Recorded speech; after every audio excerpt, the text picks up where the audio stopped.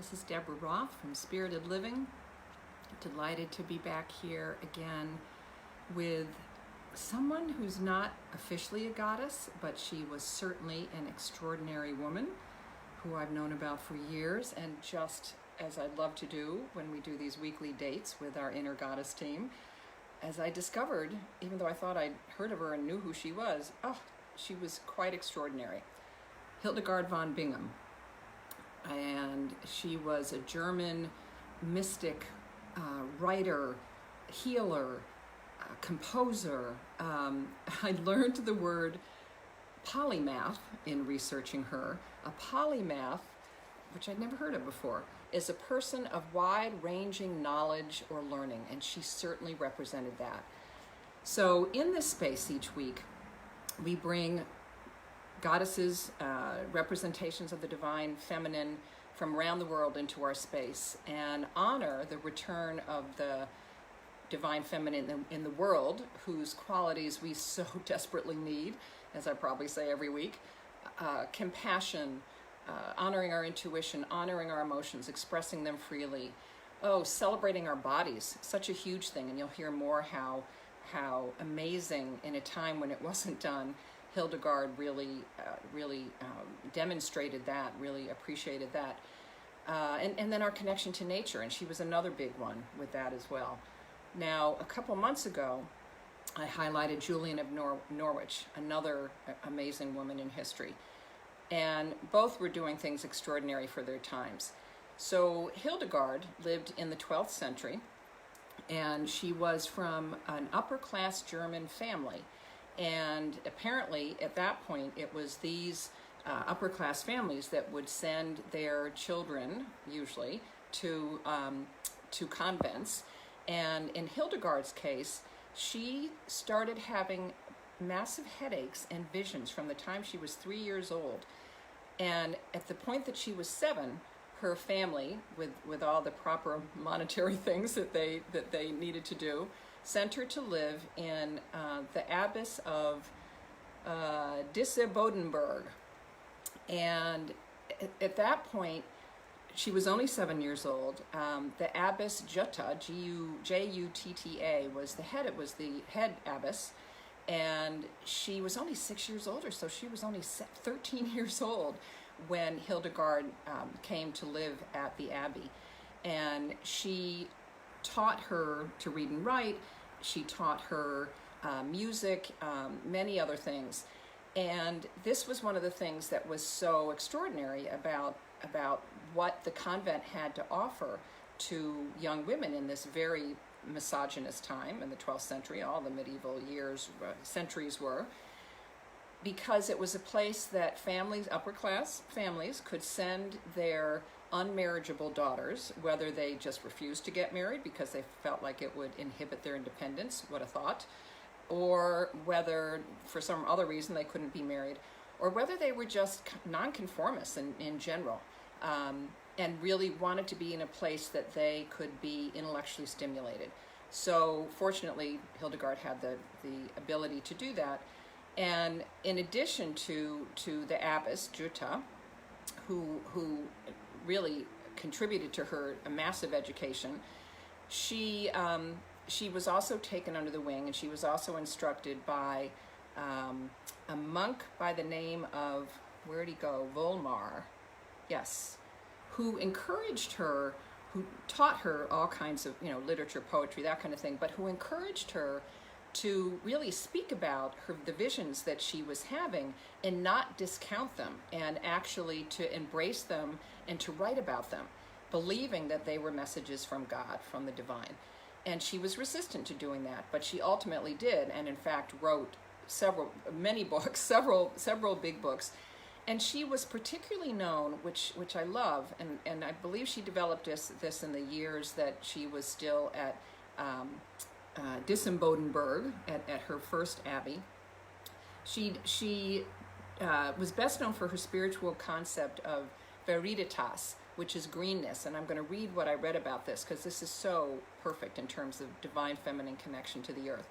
It's the cosmic life force infusing the natural world. For Hildegard, the divine itself manifested itself and was apparent in nature. nature itself was not the divine feminine, but the natural world gave proof of, existed because of, and glorified God. So remember, she's Christian, so all of this still always comes back to God in her writing. God was revealed in nature. The grass, the trees, the flowers, animals, everything gave witness to the divine just because of their existence.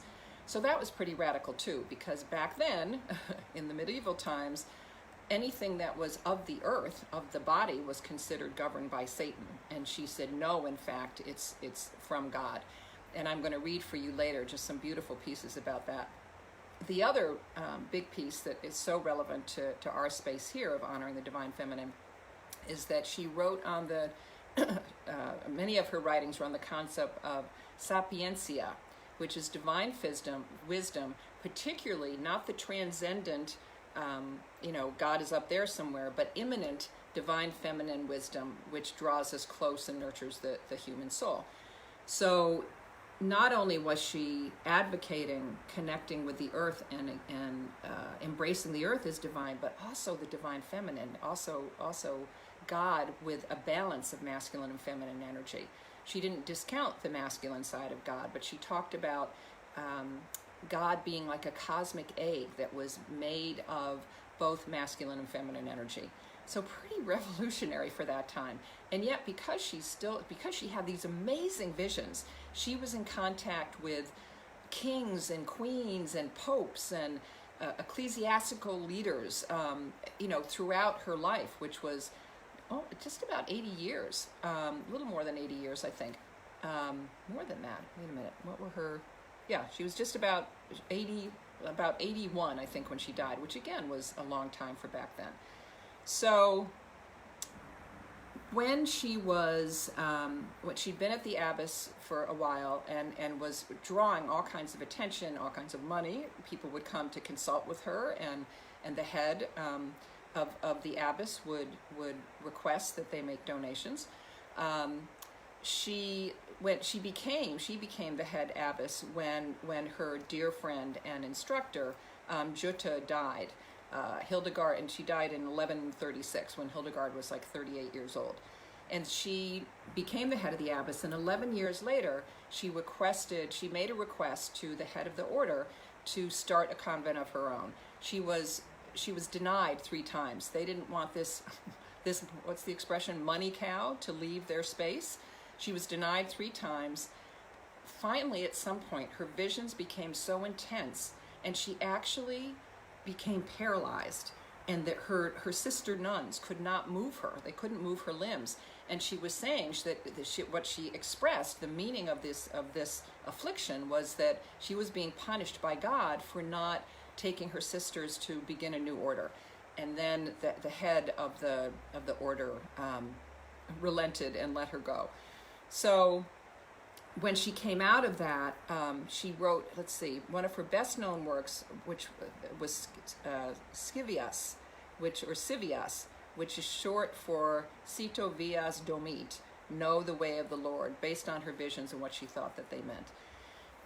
During both her time at her original abbey and then as abbess of, and who she then became abbess of, and then the next abbey that she formed herself, which was called, where did I put it?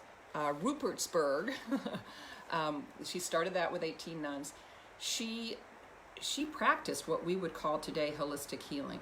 She did energy work. She made suggestions for herbs and spiritual things for people to do. She was very hands-on, practicing like a physician, and that's one of the reasons that people came to consult with her as well.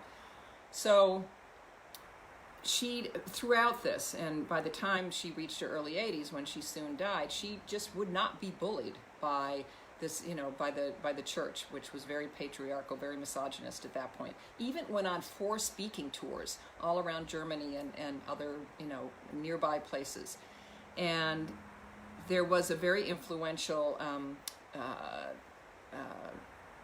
church person that claimed that a man could not associate with a woman, so he kept putting her down, without desiring sex, and here's the quote, just blows me away, that the wickedness of women is greater than all the other wickednesses of the world.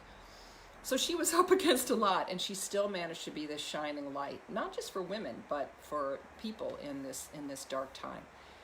So she, many times, over the centuries, she has, there have been causes to canonize her, to saint her. Finally, in 2012, she was not canonized, which would have made her a saint, although people still call her that. But she was beatified, which is, I guess, one scale lower in the Catholic Church.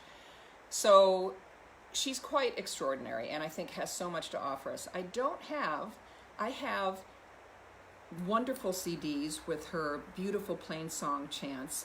There's one that's a little jazzy that has an overlaying of electronic music on it that's kind of funky, called Vision, the music of Hildegard von Bingen. But then there's other ones that you can just get, and I can't play them here because the internet police will, shut me down.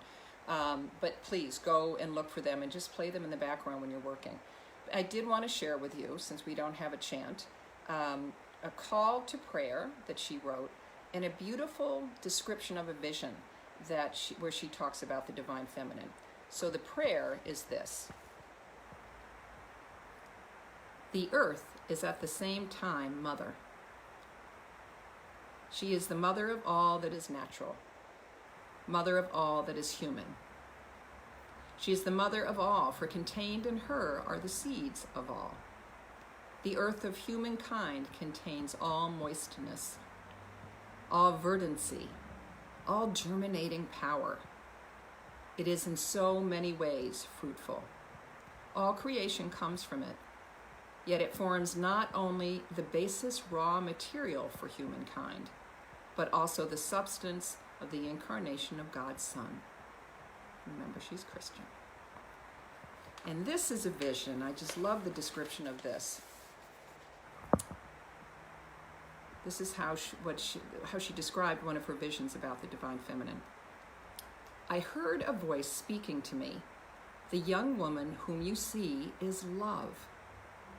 She has her tent in eternity. It was love which was the source of the creation in the beginning, when God said, "Let it be," and it was. As though in the blinking of an eye, the whole creation was formed through love. The young woman is radiant in such a clear, lightning-like brilliance of countenance that you cannot fully look at her. She holds the sun and the moon in her right hand and embraces them tenderly. The whole of creation calls this maiden Lady, for it was from her that all creation proceeded, since love was the first. She made everything. Love was in eternity and brought forth. In the beginning of all holiness, all creatures without any admixture, meaning admitting of, evil, Adam and Eve, as well, were produced by love from the pure nature of the earth. Isn't that beautiful? So, today is her birthday. Is it today? No, it might actually be tomorrow. But that is why I'm honoring her today. Didn't mention that at the beginning. We are celebrating the birthday of Hildegard von Bingen. I believe it's the 18th. So thank you for being with me today.